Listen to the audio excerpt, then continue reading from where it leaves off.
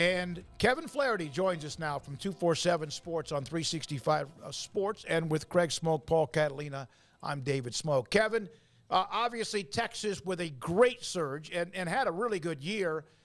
Kansas, the bench issues, Baylor's defense, and got embarrassed on the boards by Iowa State. Who among those three has what you think is the it factor to go past the second weekend and maybe get to Houston? You know, I might think that it would be Texas. And the interesting thing about Texas is I'm not sure I thought that 2 weeks ago. When you look at sort of the splits of this is what Texas looked like with Chris Beard, this is what it looks like with Rodney Terry. Up until a couple weeks ago, Texas wasn't playing great defense under Rodney Terry. There was a huge gap. I think they were top 5 in the country in defense under Chris Beard. Against Rodney Terry, the offense was a little bit better, but the defense was sort of outside, I guess, what you would consider that championship level. But over the last few weeks, Texas really ramped it up on that end. You saw that in Kansas City. You see the depth. You see the way Dylan Disu is playing. You know, I think I would probably go with Texas at that point. Kansas just has so many unknowns, and not just the bench, not just, you know, Kevin McCullough has said that he's ready to play, but I think all of us who have been around the Big 12 for quite a while see the way that Kansas sort of revs off of Bill Self's intensity. And if Bill Self coaches but is not able to be Bill Self, I think there are some questions there as well.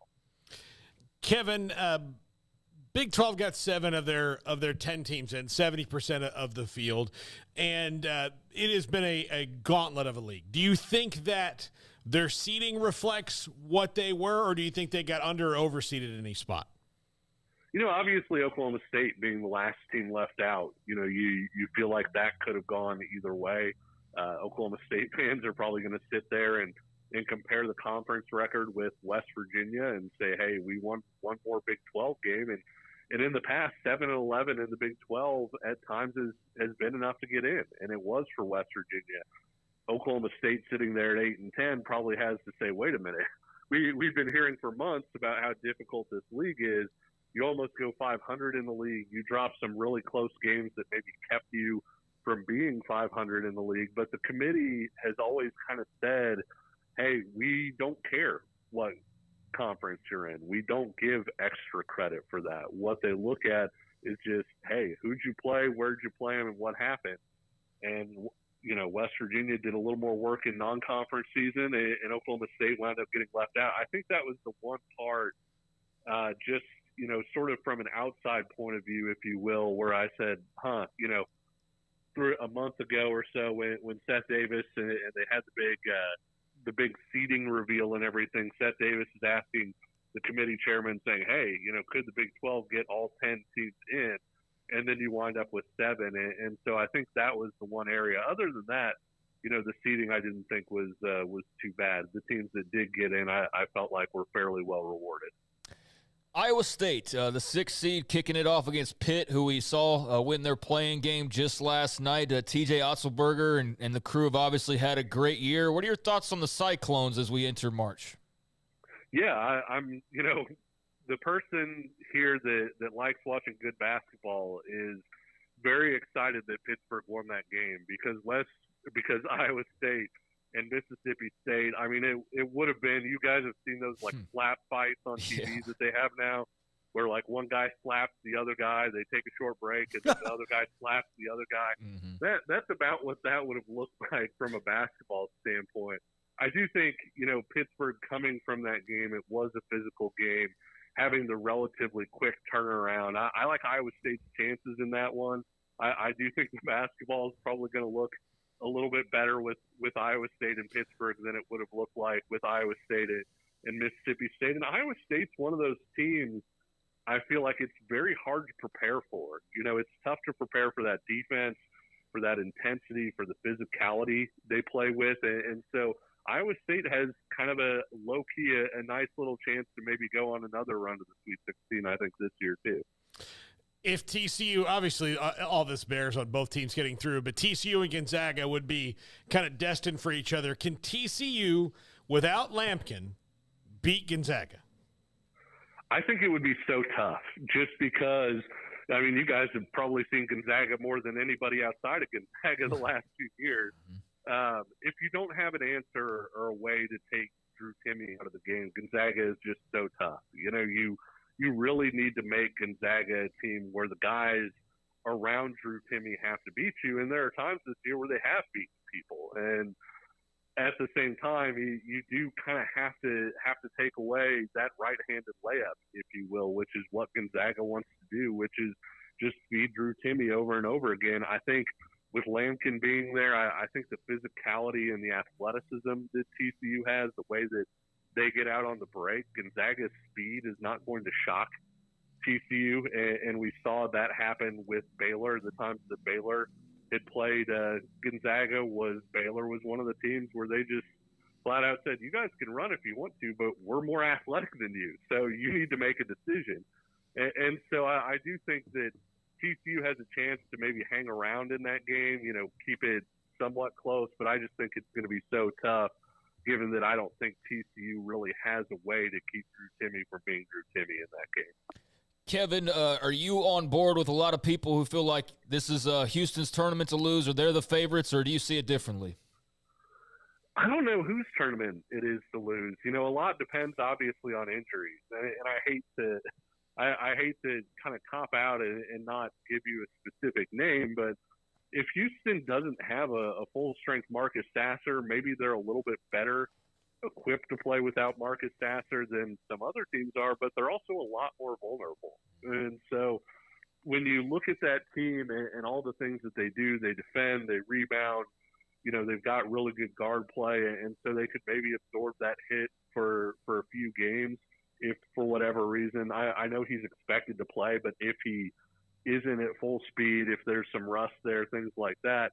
But I think that once you get down into it, once you get into that Sweet 16, that Elite Eight, you know, the Final Four, Alabama's got just an incredible road to the Final Four, and that they could not play anybody basically until the Elite Eight. And so when you look at that league, or when you look at that bracket, I think Alabama's kind of got the road paved for them. We've seen, you know, paved roads turn into pits before, but at the same time, I do think Alabama has the better road, if you will, to get to that point. And I think that if Houston's full strength, you know, I would have no problem calling them the favorite. That's the question right now. We had Chuck Cooperstein on, Rob Douster on. They both obviously know college basketball. That's why we have you on as well, Kevin. If, in fact, you sometimes try not to make decisions or hire based on emotions. We've seen what Rodney Terry has done since the Chris Beard story. He has done amazing. And here they are. They win the Big 12 title for the second time in 3 years. Playing at a high level, as you mentioned 2 weeks ago, you wondered. Baylor thumped them pretty good about 3 weeks ago. Should he have already been given the tag as the next basketball coach at Texas? I don't know that he should have already been given the tag, but I do think that Texas needs to proceed very carefully here. And the reason I say that is it's so easy to look at these coaching searches, and Texas has a huge history of this. I used to cover Texas, you know, for Scout. You know, Texas has a huge history of saying, hey, we're going to just grab whoever we want, and it's going to be a great coaching search.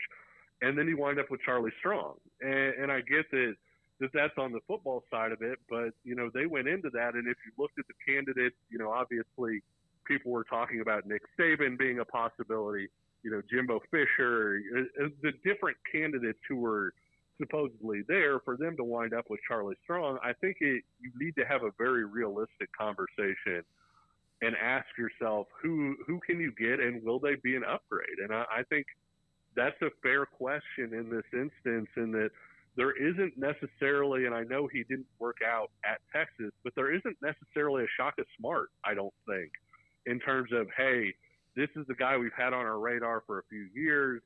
You know, he's done everything that we think. It's an easy plug and play. There's not a Chris Beard where you say, this guy has been winning in our conference already. And, you know, he's an alum and he makes for an easy plug. And if you don't get Rodney Terry, who do you get? And you know, do you get John Calipari? And there are questions there.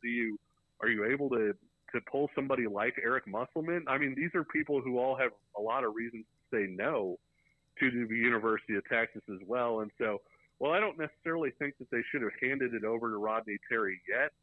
I do think that Texas needs to kind of sit down, and the boosters need to sit down, and Chris Del Conte and everybody needs to sit down and say, look, what is the realistic play here? Is it Eric Musselman? Do you have Eric Musselman saying, hey, this is the job? Or is it the sort of thing where you're going to get rid of Rodney Terry because you think you're going to get somebody like that, and you wind up going for your fifth or sixth best choice, and is that person as good as Rodney Terry?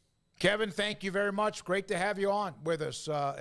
Kevin Flaherty, 247 Sports. We appreciate his time, writes and covers college basketball, but more than that,